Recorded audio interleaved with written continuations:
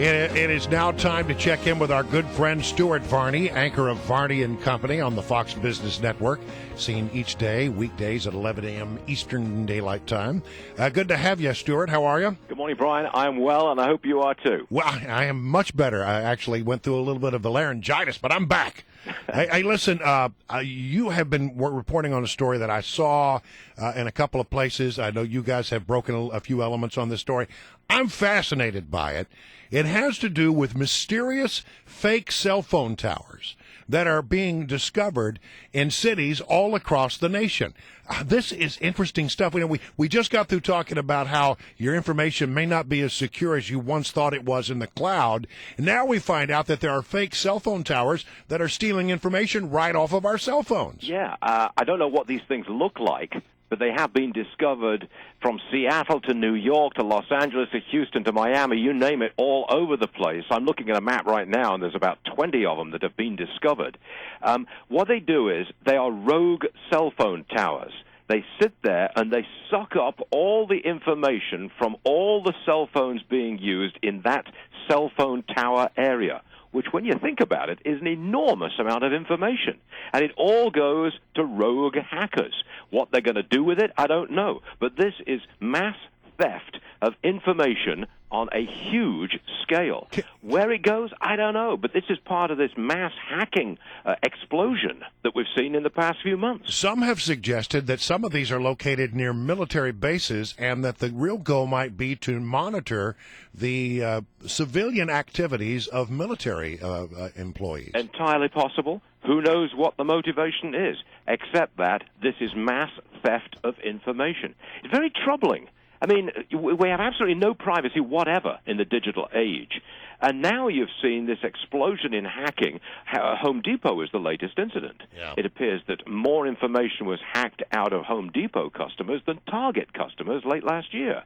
And now these fake cell phone towers. I just wonder, Brian, where is this leading? The big attack, the big one at some point? I don't know. It's pure speculation.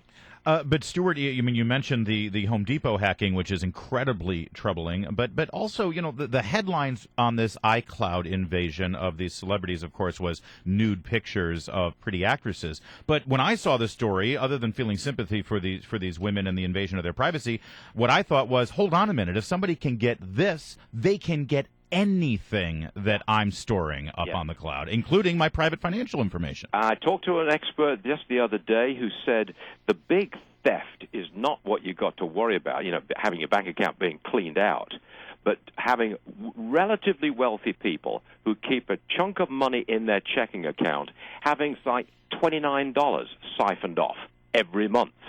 But they do that maybe to 100,000 people. But they don't notice it. They don't notice. Mm-hmm. So the moral of the story is you got to check on a regular basis. Go online, see where the money is going. But that's what it takes these days. And even then, I don't think you're entirely safe. It's very troubling because you have totally lost that financial and personal privacy which we used to take for granted.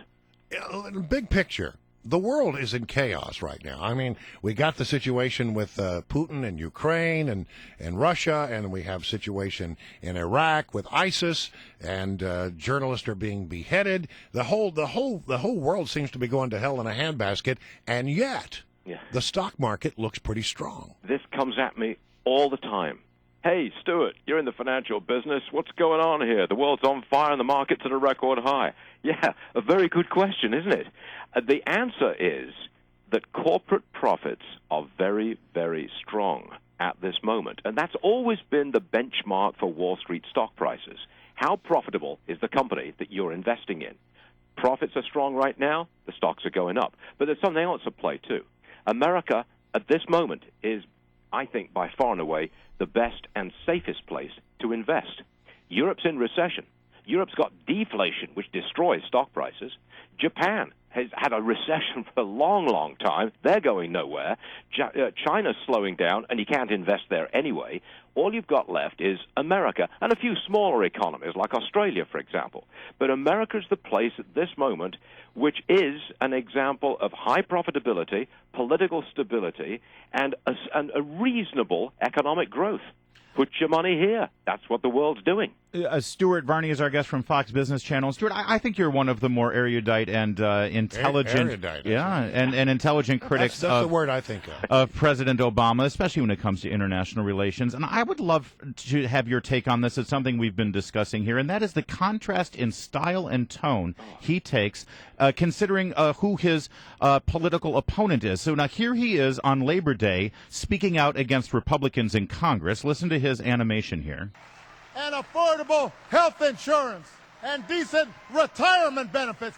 I'm not asking for the moon. I just want a good deal for American workers. And then the next day, the president had asked to comment on this horrific beheading video at the hands of our enemy, the Islamist terrorist ISIS, and this is what he sounded like. We can continue to shrink ISIL's sphere of influence, its effectiveness, its financing, its military capabilities, to the point where it is a manageable problem. How's the president using his bully pulpit here, considering these two different issues? Well, it's just like day and night, isn't it? Yeah. When the man is campaigning in the United States and going after internal enemies, i.e. the Republicans and corporations and banks and Wall Street, he's on fire. But when he's overseas and he's talking about a real threat to America, people killing our own people by beheading them, the man has no passion whatsoever. He doesn't campaign, he mumbles. I mean, it's such a stark contrast. I think everybody can see this. And I think that's why the president's approval ratings are really just falling out of bed.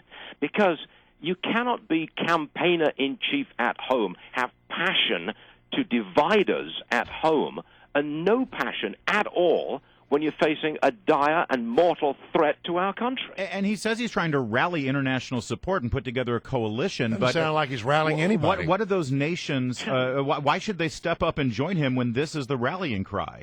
It is a manageable problem. Yeah, but look, haven't we had the United Arab Emirates stepping up and saying, yeah, let's do this thing? So where is the president literally rallying that kind of support and leading it? He's not there. I don't think the man's heart's in it. I can't explain it other than that. Where is this man's passion? Where is his heart? Is it going after our enemies and killing them?